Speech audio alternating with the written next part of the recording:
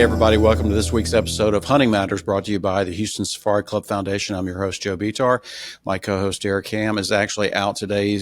He's got a surgery scheduled for, I think he's getting his eyebrows lifted like 4 inches. He wanted that childlike surprised look on his face in perpetuity. So he's out of the office getting done with that. Hopefully we'll get to see him when he comes in next week with his bandages. That ought to be a source of comedy for us. So, but thanks, and everybody, welcome to Hunting Matters. Our guest this week is Chad Boles. Chad is the president and founder of Canary Media. He's a writer, outdoor enthusiast, and history buff, currently living in Atlanta, GA. He's a native of Milton, Florida, and he's called Atlanta home since about 1996 when they had the Olympics there. He shares his life with his wife and their beloved rescue dog. He's a passionate hunter and angler, likes to chase elk, deer, dove, quail, who doesn't, and spends countless hours fishing inshore, nearshore, and offshore, whether from a kayak, a boat, or the shore. You usually catch him with a fly rod or spinning reel in his hand, and his latest collection of vivid and poignant outdoor adventure stories have been compiled in a book known as Adrift in Skinny Water, which we're going to be talking about today. That book explores the rich and emotional landscape of the outdoors. It covers topics like friendship, loss, reflection, adrenaline, and the power of nature to heal.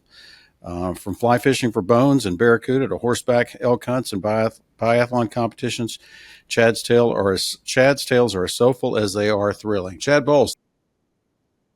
Hey, I'm just so grateful you would have me on, Joe. I'm looking forward to talking to you and hearing more about what y'all have going on in Hunting Matters. You bet, man. Listen, we like to give our audience a little background. Tell us a little bit about your journey to where you are today as a writer and founder of Canary Media. Yeah, so, back in 2016, 2017, I had an idea that was just really burning into my brain. And my brother-in-law, being one of those kind of guys that can open up some ideas, he said, "Why don't you just write a book?" Yep. And the light bulb literally went off, and I got that surprised look, like you talk about your partner with the eyebrows. And of course, this happened. And I wrote a book, and I had no idea I could do it. And it was one of those things where you kind of step out on faith, and learned a lot about the process, and did that. And and it was a lot of fun. You learn when you write a book that you're writing it for yourself. You hope people enjoy it, but you are writing it for yourself. And as COVID began, everybody, got a new hobby, and I've been hunting and fishing my whole life. Right. But COVID started, and everybody had to stay at home. And so a lot of people got a hobby. I built a gun bench. I got it in super good shape. And then COVID was still happening. All right. And so I decided to write another book. And because I had been reading a lot of short stories, I thought, you know what, I'll write a book of fun short stories. I like to write, real fast action type stories, and I wanted to get a little soulful. And so I wrote some stuff in there that many people go through that just is not hunting and fishing, but I was able to kind of wrap some of those ideas into a story where you could see yourself and in some of the situations that you might go through. Right. There's some stories in there that are a little I would say avant-garde. There's some stories in there that I've created situations where inanimate objects have a voice. And so there's a lot of things in there that you might see that you would have maybe seen in some of the older literature that you read as a kid in high school, maybe some Hemingway or some Kipling or some of the Ruark kind of stories. And I wanted to keep them simple and fun. And it was just been a lot of fun, Yeah. And I really enjoy it. The book Adrift in Skinny Waters, because I kind of write as a hobby as well. The book, how long did it take you to write it from start to finish? I mean, we all know what first drafts are. So. Right. Yeah. To get to so started writing at the beginning of COVID. Yeah. And so that was 5 years ago. Right. And had 17 really good stories. Well, had actually more than that. You have to toss some out. You kill your children, like they say. But tossed out several of them and got 17 good ones that I thought were really, really good and would resonate with the kind of people that I'm around. I really wrote it for us. I didn't write it for anybody else, but for people like us. But so wrote 17 and then about middle of 2024 had them finished, and then took about at least another 6 months to get them finally chopped down to the final story, and then put in a book, the folio, the cover art, all of those different things. The cover art was some of the most fun. I don't know if you've seen the cover of the book, but I actually got that from one of my fishing guides. Ah, okay. It's a great story. We were about to go striper fishing in the middle of winter, and he kind of knew it was a project I was working on. And I asked him, I said, I'm working on this book, man, and this cover, I just can't seem to pull it together. And he said, you know what I want to paint on the side of my fish house? And I said, I don't know. I'd love to hear it. Yeah. He said, have you ever seen that Wyoming cowboy mascot where the cowboy's riding the buck and bronco? I said, yeah. He said, I want one of those riding a shrimp. And that's because we're from down in, Milton, Florida, near Pensacola on the Gulf Coast there in the Panhandle. Yep. And immediately I asked him, I said, Pasco, can I use that for the cover of my book? Oh, sure. Yeah, no problem. I said, I'll even give you props on the back cover. So I got the idea for the cover from one of my fishing guides. Yeah. He's also a lifelong friend. Hunting Matters is presented by Copandero Indoor Archery Pistol and Rifle Range, your premier indoor archery pistol and rifle shooting destination. Located in Oak Ridge North, right next to the Woodlands, Copandero offers 2 25-yard pistol ranges, a 100-yard rifle range, and a 25-yard archery range. Whether you're honing your skills or just starting, Copandero has everything you need, including rentals, classes, a retail store, an in-house cafe, and a VIP lounge. Join Copandero today for an unmatched shooting experience. To learn more, go to copandero.com. That's awesome. I'm very familiar with that part of the world. I actually grew up in Louisiana, and we used to spend a lot of our summers, Pensacola, Destin, Fort Walton area. And so, used to spend quite a bit of time down there growing up. It's some of my favorite beaches in the world. If somebody is listening, they have not been down there, but let's do a deep dive, because since I'm a kind of a writing nerd too, let's do a deep dive. Did you decide to self-publish, and what was that journey like? That's a really good question. I'm glad you asked. Because I do have a full-time job, and if you were to Google my name, you would see some of those other things that I do.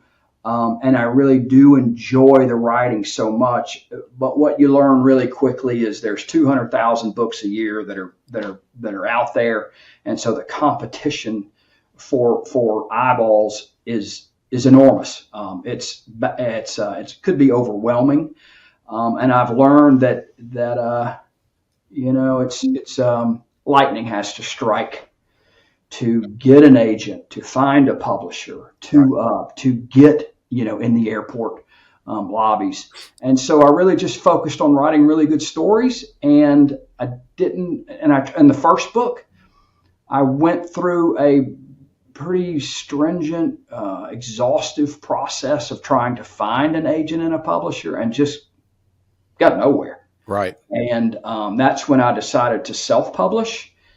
And of course, self-publishing has been made really easy. Yeah. There's several places out there that you can do it. I use Amazon and their Kindle Direct Publishing, which is, for me, has worked out really well. Yep. And I wanted to make sure that the book, has zero mistakes. That's one of the things that you think about with a self-publisher, is there's many parts of the process that a publisher and an editor will do, but it's your book, it's your responsibility. And so I am when it comes to publish or editing, I am focused. That's the hardest part, is when you finally think that you've got it done, and then you print that first, copy, and you have it sent to yourself. And then you read through it, and you haven't read on it on paper. You've read it on a computer for the last 4 years. Sure. And you finally read it on paper. You go through and you read it, and there's a mistake on every single page. And it's eye-opening. The first time I just thought there's no way. Yeah. And then the second time I expected it. Right. But I got all the mistakes removed, and everything was crystal clear and perfect, Good. in my opinion. And that's when I let it go. Let it go on November the 5th. Yeah. You know, with the advent of social media and different channels that you can reach people, obviously the publishing world has changed a lot. Like you said, the traditional route is, oh, I've got to get a literary agent, or I've got to know somebody in the publishing industry, get my foot in the door somehow. And like you said, it's extremely competitive. The self-publishing avenue, people like you and I who have full-time jobs and are doing a lot of other things, kind of hard to set aside that time to, okay, I gotta figure out the Amazon Kindle system. I've got to figure out how to do cover art. I got to figure out how to do the book layout, and a lot of those different sources or mechanisms make it a lot easier for you now. But it's really cool that whole world is opened up for, there's a lot of good stuff out there and there's a lot of not so good stuff out there, but it's really nice that if you have an idea that you have a channel or an avenue to get your thoughts on paper and get them out there to the public.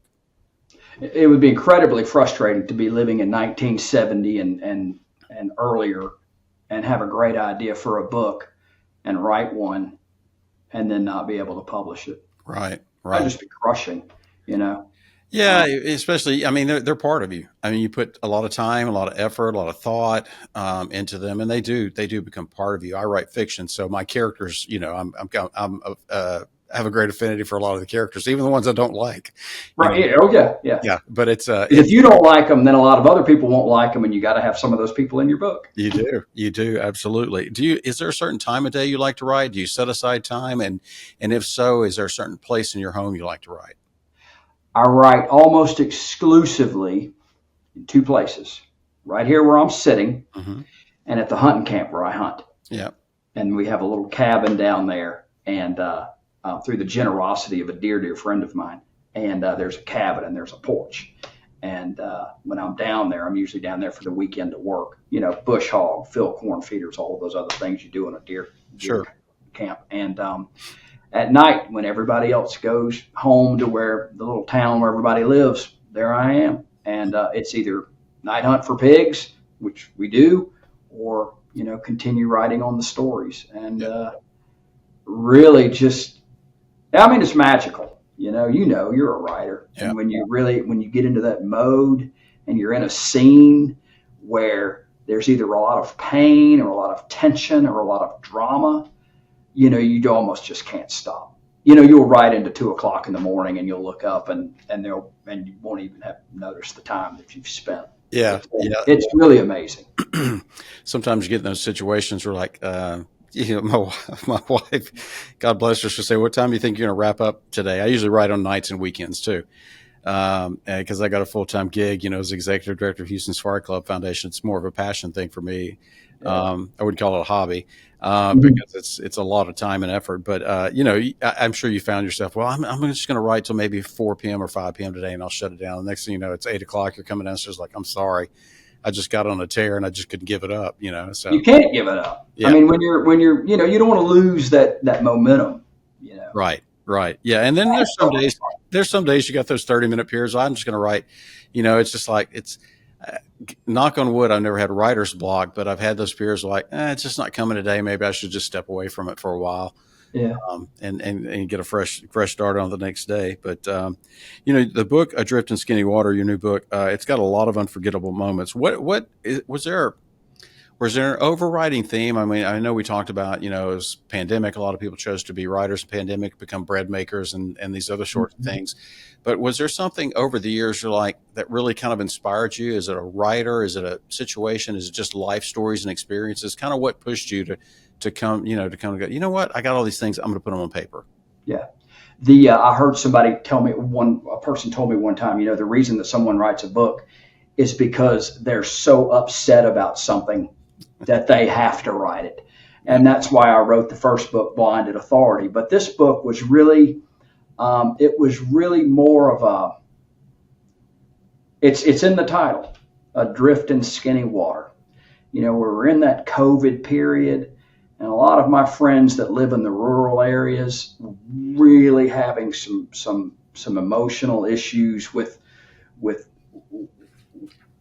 pandemic system and the shutting down of everything that we know as hunters and anglers as Right. freedom, and then living in a big metro area, you're just inundated with fear from the people around you.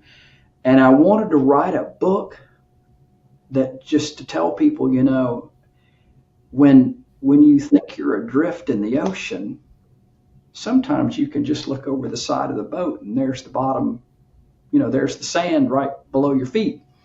And so, I give the meaning of the story. If you're adrift in skinny water, maybe just get out of the boat and walk to shore. It's never really as bad as it seems. Yeah. And many times we want to make it worse than it actually really is. Yeah, that's a great analogy. You kind of projected me, launched me into. I've seen those scenes in movies and sitcoms and things where people are struggling. They're like, "Oh, I'm drowning," and the guy next to him goes, "Just stand up. You're on the bottom right there." I actually, it came from, so I'm snapper fishing with a couple of my buddies. This is probably 5 years ago. And we've all got the Loran systems, and we've got the depth charts, and we've got all these fish finders. And we're watching this fish finder, and we're in 120 feet of water. And the fish are they're all up in the water column, all the way down to the bottom and all the way to the top. And one of the guys on the boat, he just looks over the side of the water, the side of the gunnel, and he says, "You could see him right there." And so that's all we needed. We started throwing baits and caught 12 black snapper in probably an hour and a half. It was a great experience. But that's awesome. when you're just breathe, take a step back. Yep. God loves you. Hopefully your wife loves you. Your kids love you. You're being a good dad. You're being a good buddy. You're being a good friend. Many times that's all life really should be. Right. Capital Farm Credit understands that there's something about the outdoors that pulls you in. Could be the fresh air, the colors, the smells, the animals, the freedom. It's all just a part of who you are. And with our recreational land loans, you can purchase land for whatever outdoor pursuit you please. That way, the outdoors won't just be in your soul, it'll also be in your name. To learn more, visit capitalfarmcredit.com. Together, we're better. There's a lot of emotion in your stories. What, if any, does storytelling playing in your daily life? Because of what I do, I'm a money manager. And you've in the human experience, people learn through stories. Mm-hmm. That is the best way to teach or to explain, is through a story. And so many times, because of what I do can be fairly complicated, in my business, we try to say, hey, if you can't explain what your strategy is to a third grader, you should dumb it down. You want everybody in the room to understand exactly what you're trying to accomplish, and then make the strategy to get to that goal easily understandable. In my business, and probably in your business, the reason that people come to us is because they don't understand it, but they need something. And so if you can create a story and create a future, or at least an image that looks 10 to 20 years from now, and put if you can change their perspective, or at least alter their perspective long enough for them to see what you're trying to accomplish or what you're trying to portray, then it's just much easier than saying X plus Y equals X plus Y times 5, or those things don't. You get a lot of head nodding, but you're not communicating. Right. And stories just communicate an idea much better than any other thing I've found. Yeah. Well, being a storyteller, I've heard your name affiliated with the term being shot out of a cannon. Yeah. Is this just true? And if so, we got to hear that story. Okay, so shot out of a cannon. I use that because, like many of us in our hobbies, I build my own bullets, and I'll give it away. They say good writers copy, and great writers copy a lot. Mm-hmm. And so Kipling Rudyard Kipling was a master at using inanimate objects to tell a story, and about he was an engineer as well as a spy in India. But he did it for his kids so that his kids could understand kind of and I'll give you the story he wrote. It's the ship that seasoned herself. It's about a ship that just takes its maiden voyage. And so I wanted to do something like that, and I wanted to explain how bullets are made. And so I wrote, it's called Shots Fired is the name of the story. And it goes through the process of how a bullet is made and the engineering and the physics behind it. And if you read the story, my hope is that by the time you've read the story, if you don't know how a cartridge explodes, expands, and pressure pushes a projectile out of the front of the barrel, and how it reaches its target, it's fascinating to me. Yeah. And so I wrote a story about it, and people seem to like it, especially because there's no human voices. It's all inanimate objects. That's a very cool approach. You mentioned Kipling. I'm going to grant you a wish right now. I'm going to tell you, Chad, you got an hour tonight at dinner with your favorite writer, living or dead. Who's that going to be, and who are you going to talk about? What are you going to talk about? Oh, that'll be the hardest question I get this year. Because you can't narrow me down to one. I would, of course, all of us would love to meet Hemingway. Yeah. I would love to meet Kipling, and if I could have Kipling, Hemingway, Ruark, and maybe a depressing Cormac McCarthy at the table, I would buy drinks all night long just to hear those stories, and probably would create a fist fight by the end. Yeah, probably be a lot of adult beverages consumed at that table, I'm sure. Oh yeah. Yeah, and a lot of subsequent bravery, liquid courage. Hunting Matters is sponsored by Bass Pro Shops and Cabela's. Under the visionary leadership of founder Johnny Morris, Bass Pro Shops and Cabela's is leading North America's largest conservation movement. Together with their partners in conservation, they're positively shaping the future of the outdoors through donations, grant making, and advocacy. The 501c3 Outdoor Fund raises funds to support conservation efforts by activating more than 200 million passionate sportsmen and women, rounding up their purchases in Bass Pro Shops and Cabela's stores and online. Visit BassPro.com or Cabela's.com today. When it comes to hunting and fishing, obviously, we kind of covered in your bio your love for the outdoors. What's your philosophy about hunting, fishing? I ask that from a broad standpoint. Is it, I'll give you a couple examples. Is it for the pure enjoyment? Is it for the conservation aspects? Is it for observation of wildlife species and habitat? All the above. Kind of let us know a little bit about what your approach and philosophy is to hunting and fishing and why you love it so much. My philosophy about hunting and fishing was given to me by one of my hunting buddies. And he said to me, and everybody during their lifetime, as they go through the hunting experience, will eventually wind up in a hunting camp where they just don't feel quite a part of the group, or maybe it's a little different than what they expected. And one of my best friends said, hunting is 50% social, whether you like it or not. Mm-hmm. So you better make sure that the social part works. Yeah. And so my philosophy about hunting is it is 50% for the friendship and the relationships that you make in an adventure that many people don't care to enjoy, don't care to experience. It's a small group of people that do what we do, relatively speaking. Mm-hmm. After that, I want to shoot big deer. I don't really want to shoot small deer. And I know, and that I think that training that came from the people that taught me to hunt mm-hmm. has really just part of, the conservation piece. Of course, we're driven by the laws, where we're fish. I catch big, giant redfish, and if they're larger than 27 inches, they got to go back. If they're smaller than 18 inches, they got to go back. And we don't ever question those. We stick to those kinds of rules.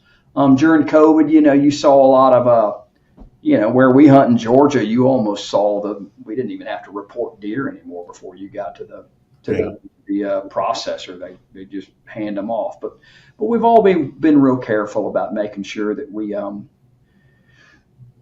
shoot the right things. We don't overfish where we fish. Even when we do a lot of fishing in Central Florida, where panfish, shellcrackers, and bluegill you catch by the dozen, and they never seem to diminish. If you overfish them, you can diminish them, but we don't overfish. And then the back end is everything you catch, and everything you catch you got to clean. And if you catch 100 shellcrackers, that means you've got to clean 100 shellcrackers, and that's not a whole lot of fun. Especially when you're standing over an old rotted piece of plywood that's right over a canal that's got alligators swimming underneath you. So you want to see that and kind of get out of that situation as fast as you can. But because then you get to hang out with your friends and the relationship building continues. Right. Absolutely. So I know the show's called Hunting Matters. We talk about everything outdoors. You like fly fishing, enjoy fly fishing and spinning. Do you have a preference, or is it all about the situation or the context? It's about the situation or context.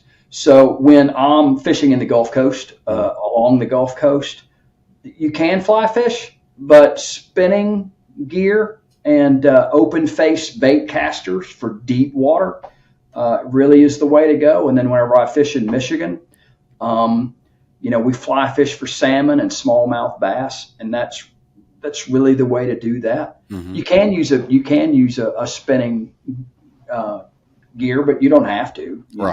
Fly fishing is as productive or more, and it can be tough, but it's not as hard as you might think. But it really depends on the situation. I take the right tool for the right job, right? Yeah. And I try to want to be proficient at all of them. And if you hunt and fish long enough, you will be. Right. Yeah. There's always new toys to learn how to. Oh yeah, and buy. And buy. That's a great thing about hunting and fishing. I know it's hard to narrow it down, but what's one of your most memorable catches? And it can even be one that got away. Big giant grouper that seemed to get away every single time. Really? You go offshore and you want to catch those big snapper, and you want to maybe catch one of those cobia from a sight fish kind of situation. But then you go down and the grouper are down there, and you go to the very bottom and it's a grouper because he takes your bait and there is no getting it back. Yeah. All of my strength, all of the strength of the people around me, it's happening to everybody on the boat. And they zip off the line and they're gone, and they cut you off on rock, and I have yet to catch one. Really? That's one example. Yeah. The elk, the shoot and the miss it's just the worst. Yeah. It's the worst. You go all the way out to Wyoming, and there he is, and the guide says, "There he is. You want me to turn him sideways?" Yep. He turns sideways, and you shoot over the top. Yeah. It happens.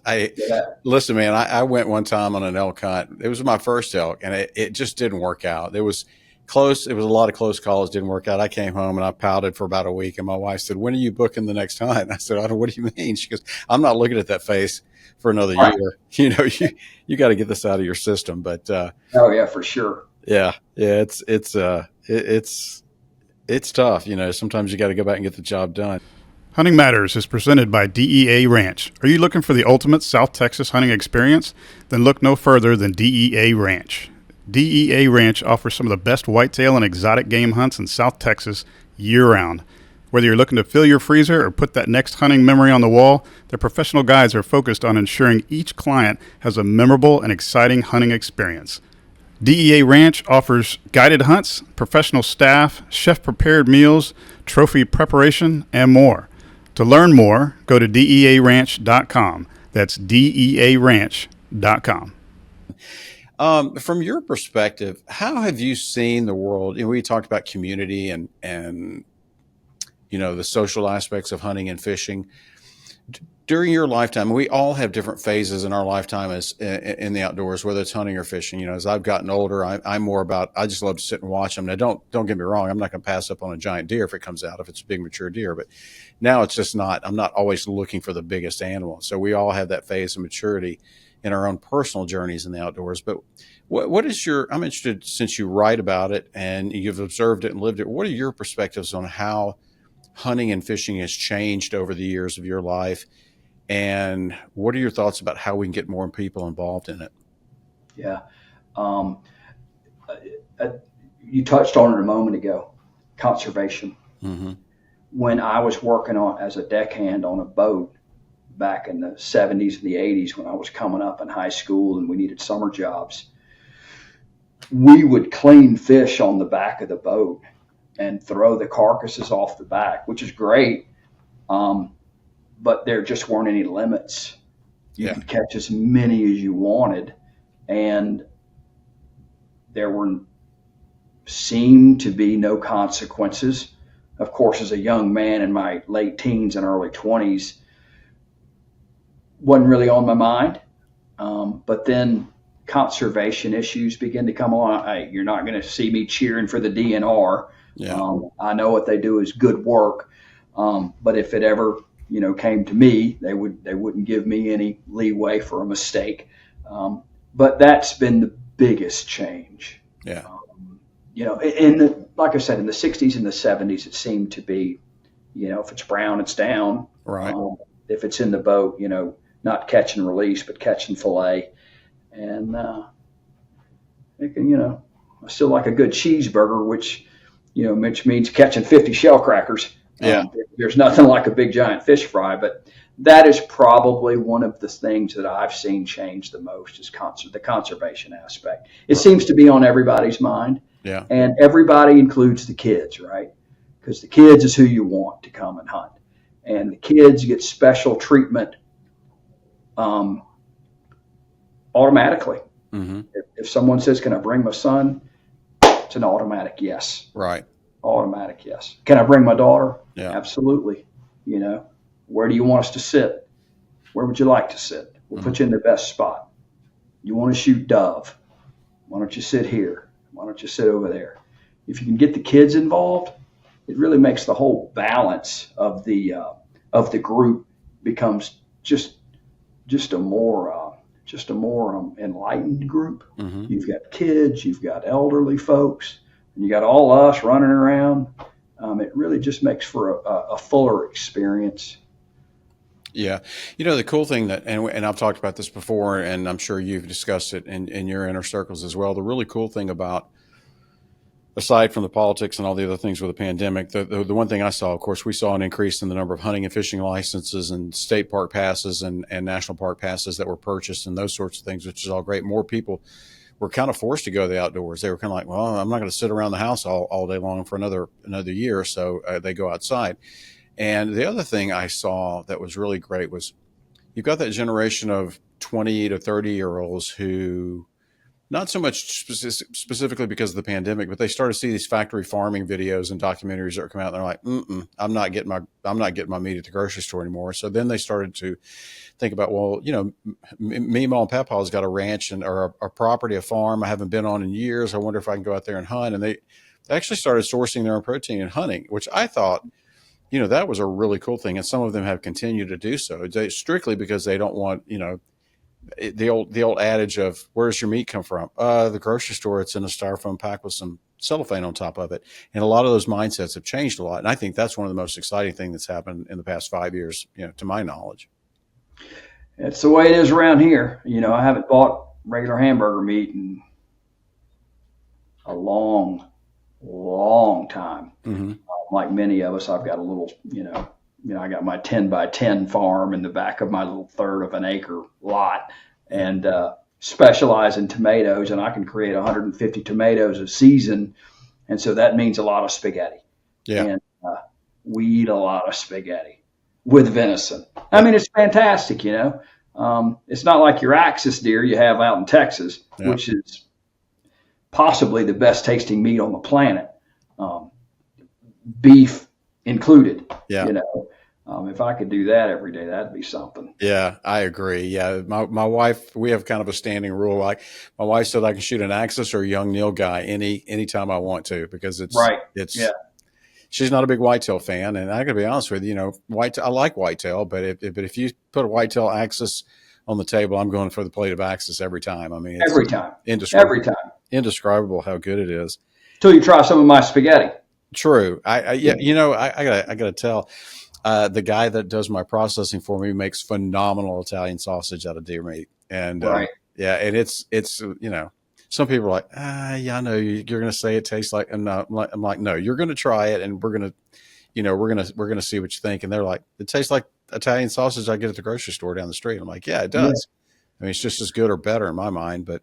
Well, there is a little selfish demon inside of me, so I'm not real public about all the stuff in my freezer, because then that means I got to give it all away, and then I run out before the summer's over. Right.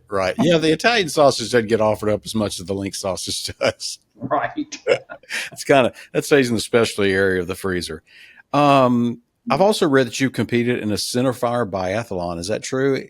Oh yeah. Now tell us about what that is, because I've never done it before. That's the coolest thing going, man. That might be the fastest growing sport in the country. So we call them center fire biathlons, so that we can talk about them in public, but they're running guns. Okay. And if I lived in Texas, I could do one every weekend. Okay.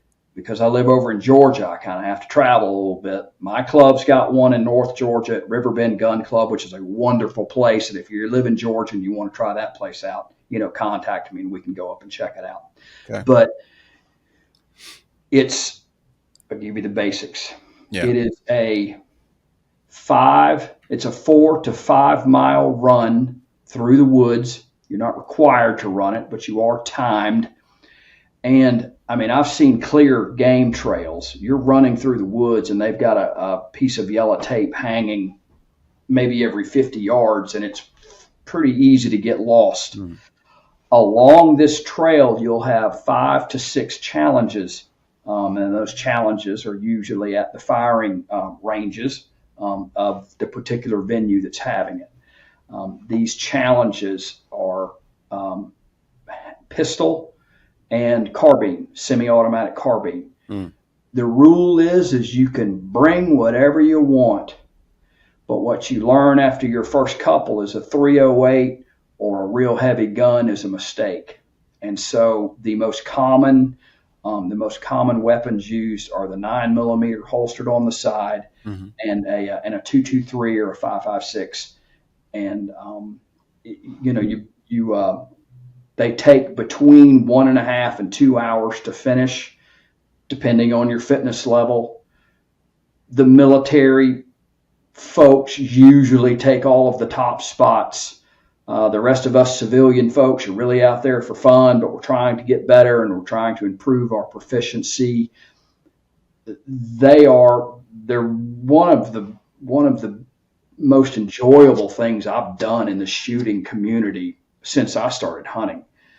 My filling corn feeder times and mowing food plot times has drastically reduced because I spend more time at the range now doing 2-gun competitions, mm-hmm. or multi-gun competitions, because those are running guns without the run. Okay. They're 6 stages, usually all right next to one another. And, anywhere from running through, simulated hostage situations.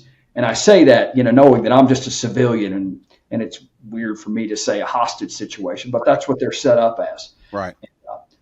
Handgun challenges, you're moving weights around, shooting with offhand, shooting through VTAC boards, shooting prone, kneeling.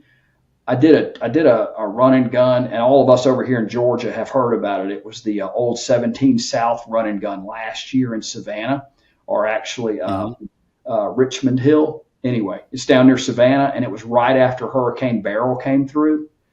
The entire 4.5 miles was waist deep water. Yeah. Wow. Waist deep water, 4.5 miles. It's the craziest thing any of us have ever done. We got up there, the water was rising in the parking lot, and the match director said, "We're going." Huh. He said, if you were in combat, would you just get in your car and go home? Yeah. And that's the mindset to these things. So it's a completely different mindset to just fun competitions. Yeah. And these folks are ready. Yeah. Some of these people, incredibly talented with weapons.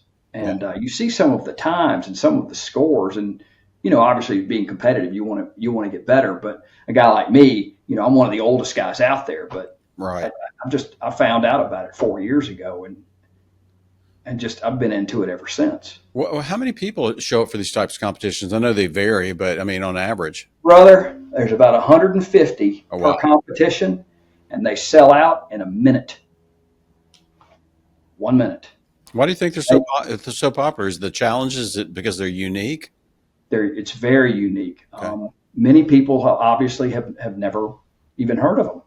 Yeah. The only way I found out is I'm up, doing my own training with my long range rifle, and I'm driving out of our venue, and there's guys and gals running up and down with packs, and they've got their chest rigs on, filled with magazines. So everything you're going to shoot, you have to have on you. Everything: water, ammunition, a knife, anything that you might need for a gun jam, anything you have to have with you, and no one can help you or provide assistance. That said, it's incredibly challenging, and I think the only limit is the amount of venues. And like I said, if you live in Texas, you could do one every weekend. You live in Georgia, you can do one about once a month. And there's about 150 people, per event. The range officers and the match directors are just phenomenal people because they're not making a lot of money. Right. They're just doing this for the love of the sport. And so you've really got a lot of people who are just really invested in it because it is so much fun. But yeah, 150 people. I mean, you got to get your text thumbs. You got to do as much of this. They get on and they're ready to purchase when they go live. And I have not seen one that's a major event. I have not seen one last longer than a minute before it sells out. Really? Wow. Yeah. Nobody wants to imagine an emergency on a hunting trip, but when the unexpected happens, you want the team of medical and security experts at Global Rescue to be there for you. Global Rescue Operations Centers are staffed by experienced personnel, and you'll always speak to an expert on the first call. Global Rescue provides unparalleled capabilities to transport members to the hospital of their choice, not just the closest. So trade what-ifs for peace of mind with convenient travel services designed for the unexpected. Learn more at globalrescue.com/huntingmatters. I didn't realize they were that popular. That's amazing. That's amazing. It's a very small community, yeah. But I'd recommend it to anyone. Right. I'm definitely going to have to look into that. Yeah, we've done some things over the past couple of years. I've been lucky to be invited by my friend Dan Alford, who is he's a firearms fanatic. That's my new term for gun nut. But he likes things that go. Let me write that down. Yeah, he likes those things that go pow pow pow. And I've luckily been invited to. We've done some shooting / field triage courses. Mm-hmm. Like you said, hostage situations, things like that. It opens up a whole new opportunity to to shoot all the hostages. Yeah, I did that on my first run. Yeah. The guy get done with the stage. He said, "You just shot my wife and kids." I said, "But they could make it." Yeah. It just opens up a whole new realm of opportunity to spend time and money. And somebody asked me, "Were you going to spend a day on the golf course, spend a day out at the shooting competition?" I'm going to say shooting competition every day of the week. Right. But you were talking about texting earlier, and everybody's got obviously for things like that, people can stay up to date. They can sign up for things, register things. But I want to go back to writing for a minute. So what's it like to write about adventure and the wilderness and wildlife and habitat in a world that's increasingly digital and distracted? it's liberating. Yeah. Tell me about that. Liberating. I mean, there's not a whole lot of work you can do in a deer stand, right? And everybody that's out in a deer stand or on a quail hunt or in a dove field, you have zero interest in the phone or the computers, or you're interested in two things: looking for the game to come in and hoping everybody else is having as much fun as you are. And, like Phil Robertson says, beats the life out of me why anybody wouldn't want to do it. Yeah. Yeah. I'm glad you brought him up. We lost a good one this week. Oh, one of the best, right? Yeah. Well, What a legacy. What a legacy. I grew up in Monroe, Louisiana, of all places, and Oh, yeah? they were right across the river in West Monroe. And, I knew the stories. I had family and friends that were affiliated with Louisiana Tech at that time when he was there. My godfather was actually one of his coaches when he was there. Him and Bradshaw were there. Oh, wow. And I've heard the stories about how he was a much better athlete than Terry Bradshaw ever thought about being. But, back in Phil's early days, he's told the story many times himself. He was not a guy you want to run across in Walmart. Not the friendliest person, but obviously when he was saved, all that changed quite a bit. But I definitely think we lost a really, really good man and a good Christian and just a good representative of the hunting world and the outdoor world overall. Just a good example. And I know his family's going to carry on that legacy because Sure. Yeah. Sure. We've got them for as long as we live. We'll have all those things to watch and use to guide us as we go down these paths. Yeah. Absolutely. You talked about some of the phenomenal writers of our lifetime, and before then, I'm guessing you're a lover of history. Is that true? Mm-hmm. Oh, yeah. How does history affect your approach to writing? Because history repeats itself constantly.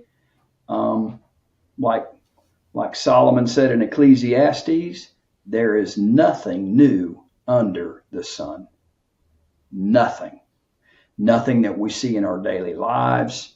Nothing in the way of, you might say, well, that's crazy. Technology is completely new. It's nothing. It's nothing has ever been created like the things we have today. That's true. But our purposes and our objectives and the things that happen in our relationships and the things that happen around the world with power struggles and money problems and shame and despair and all of these different things, there's really just nothing new under the sun. And I don't know if Mark Twain said it, I think he did, but history repeats itself, but it rarely rhymes. Yeah. So you can, again, when you see something and you just think there's no way we're going to get past this. This is just too hard and it's too new. No, man, nothing new. God's got this right. Yeah. Yeah. Look over the boat. You can see the bottom right there. You can see the bottom. It's right there. Don't listen to the radio. Yeah, exactly. Because a hurricane's coming. It's all clear skies. Yeah, it's coming whether you want it to or not. Right. You talk about a conversation. I'm hearkening back to some of your specific writings. You talk about a conversation with God while tarpon fishing. Can you share with us a little bit about that moment? Yeah. So that was cathartic writing that story. That is Bone Crusher.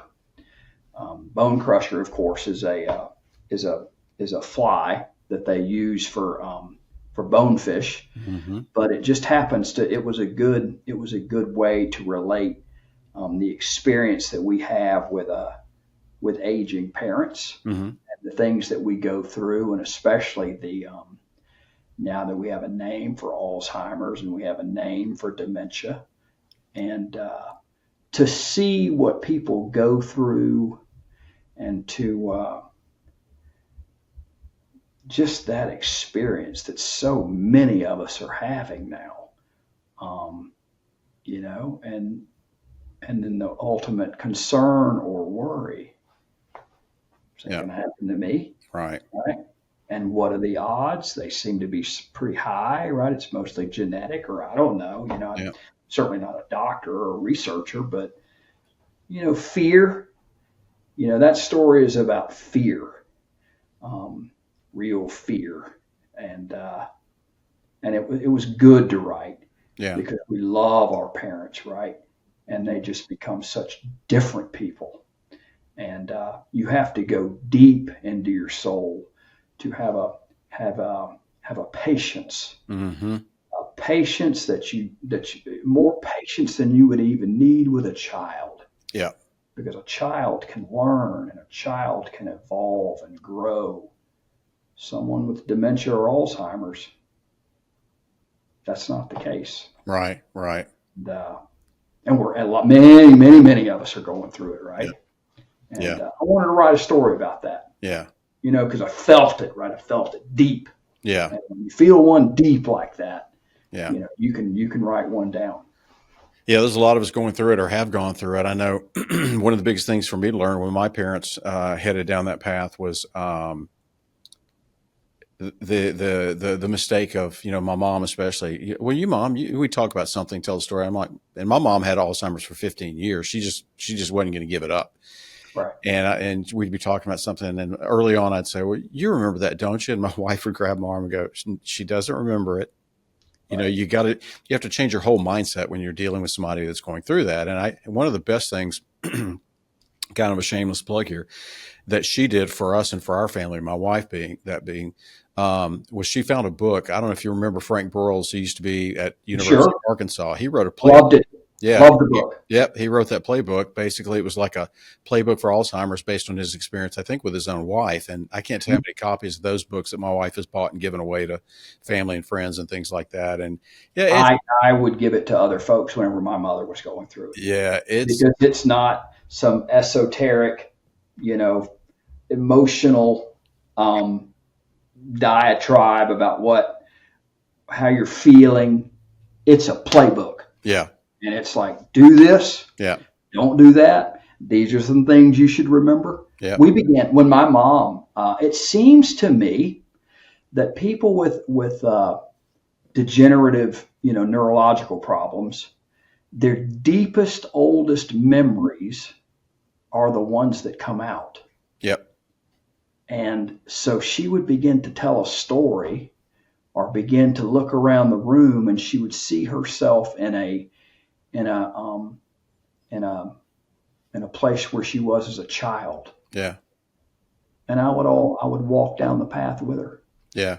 And just go with the story, because they're not going to remember. They don't know who you are. Mm-hmm. This conversation might never happen again. And at least they're talking to you on some level where there's some communicating going on. Yeah. And you just have to soak that up. Yeah. It's amazing what they hang on to. The childhood stories that they hang on to and they can recall. Are you looking for an investment that goes beyond the ordinary? Wildlife Partners is the nation's leader in breeding and consulting for the exotic wildlife industry. When you invest in wildlife, you're not just acquiring a 100% tax-deductible asset, you're playing a vital role in the conservation of endangered species. Do you own land? You can turn your ranch into a profitable wildlife-driven business. And even if you don't own land, that's no problem. Wildlife Partners offers unique opportunities for non-landowners to invest in conservation while enjoying significant tax benefits and potential cash flow. We could talk about that for an hour on itself. You guys have a rescue dog or dogs? Oh yeah, no, we love the pit bulls. Well, we love the pit bulls because you go into the rescue facility and that's all there are is pit bulls. So many of them, yeah. Yeah, and so you just get your pick and they're free. Yeah. Free is good. If it's free, it's for me, right? And we love them. We just love them. And my wife, when we first met, she had 2 golden retrievers. Okay. And sadly, they passed away within a year of me meeting her. And she asked me, she said, well, can we get another? She didn't ask me. My wife doesn't ask me, right? She tells me how things are going to go down. And we all know who's in charge. Yeah, right. And she said, well, what kind of dogs do you like? I said, babe, I like the big ones, the short ones, the fat ones, the small ones. I don't care. So I like them all. If don't really care for the cats. And she's Right. like, me neither. So that was an easy one. And so I just, I'll tell you the funniest story with this. Well, it's Christmas 2018 and the stock market's just going through the floor and it's just a horrible, everything's going wrong. And I had been, and our little sweet, precious Chloe had passed away about 6 months before. And I had been kind of taking weekly little trips to the local, no-kill shelter and taking pictures of puppies. And because I just needed a little bit of that for me. And I would send those pictures to my wife. And she's like, nope. When I'm ready, I'll tell you. Yeah. And so she calls me one day and she said, she sends me a picture. She said, this is the dog we're going to get. I'm like, it's a picture of a dog that's 2 counties away. How do you know? She said, I know. We're going to get the dog. And we go and get the dog. We go to get the dog. And, my wife, she's detail. She used to work for attorneys, and she's just very detail oriented. And she called them for 2 days before. And those people at those shelters are all overworked and they're really just doing it for a passion, just like kind of the things that you do. It's just really about the passion of what you're trying to do. And she says, okay, we're going to be there. And she says, she calls them and she says, we're coming down. And she said, well, we gave that dog away yesterday. Mm. And she's just floored, right? And I'm doing all the right things. Babe, it's okay. We'll get another one. There's so many out there. She said, what do you mean get another? Well, we're getting that one. How are we going to get that one? It's already gone. She said, and she tells them on the phone. She says, this is my phone number. When they bring that dog back, you call us. And I'm like, boy, my wife she's bitten off more than she can chew. This is just setting herself up for another crisis. We're at the grocery store a day later. Yeah. And they call her. And all I hear is, don't give my dog away again. We'll be there in 30 minutes. She hangs up. She looks at me. We got groceries in the back that got to go in the refrigerator. She said, we're going and you need to get out of here now. And this is how we're going to get there. Stop, slow down, speed up, long pedal on the right. We got to get there in a hurry. We get there. And everything just goes from completely the worst possible. I feel like I've lost our dog all over again, all the way to we're walking in and these just haggard, shelter people that they're just doing all they can, and she gets in and we go into this crazy barking, just how do these dogs live with all the barking, right? And this little football of a dog, they drop him off and he's just doing circles. Just running around crazy. Finally, I stick my hand out and he jumps into my hand and I pull him up and my wife is just, give him to me. He's my dog first. And we're doing all this stuff and we're walking out and we go back to the main counter and he's walking real proud on his little rope leash from the shelter. And we get to the front and my wife throws the checkbook up on the counter and she says, who do I pay and how much do we owe? Ma'am, the other people brought him back because he's got kennel cough, and they've already paid for all of the other stuff, so he's yours for free. And she's kennel cough. We'll fix that in 2 days. and she writes him a check anyway, and here's lunch, and gives him some money and thank you, and it's just the best possible experience we could have ever had, with a dog anyway. Yeah. And we hate to think about the end, but yeah, it's worth those years all the way up to the end. Oh yeah, absolutely. Yeah, we had until recently we had 3, and we came across a similar situation where there was a dog that needed a home, and I was like, no, not 4. And right. Of course, when you see them, you can't turn them down. You can't turn them down, My wife knows if I say no, give me about 24 hours or less, and it's going to be turning into a yes. Yeah. And then if it doesn't work, she'll just let you know how it's going to be. Right. Yeah. I can't imagine. Yeah, they're incredible. I mean, they just become part of the family. They get under your skin and in your heart, and yeah, it is what it is. So what's next for you? Any planned new writing projects or outdoor adventures? On the calendar? Well, as far as outdoors going, I didn't get my elk tag for Wyoming because those things are harder and harder to get. Yeah. So I put in for a mule deer tag, and hopefully I'll get one of those.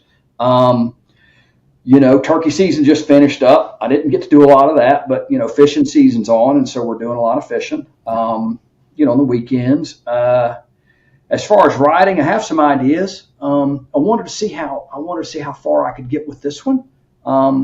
With this book of short stories, but I do have an idea for another novel. I wanted to create this. There's some characters in these short stories.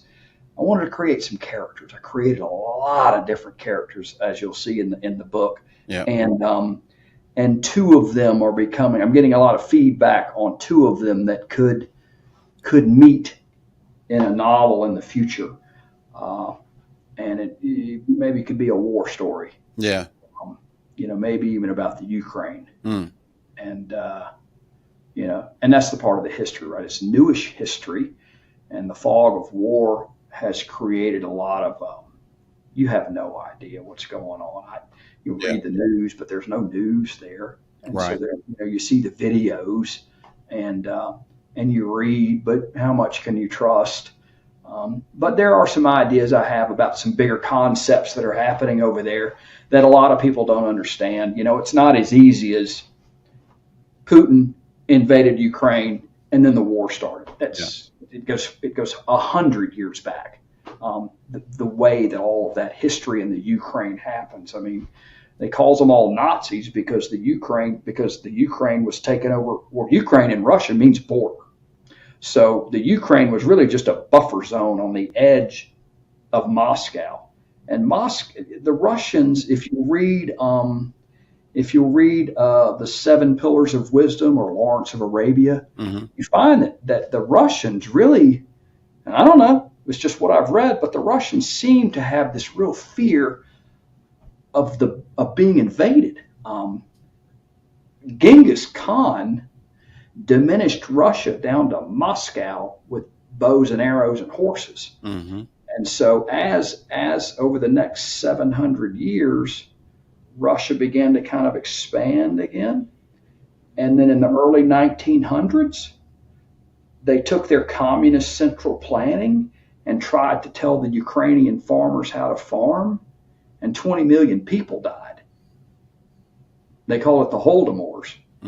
And so when the Nazis were coming through to invade Poland, the Ukrainians said, well, let's try the Nazis for a little while because the Russians don't seem to be doing us any good. Yeah. And so there's all of these, we all are our own people, but religions and ideologies seem to kind of gather around as a team.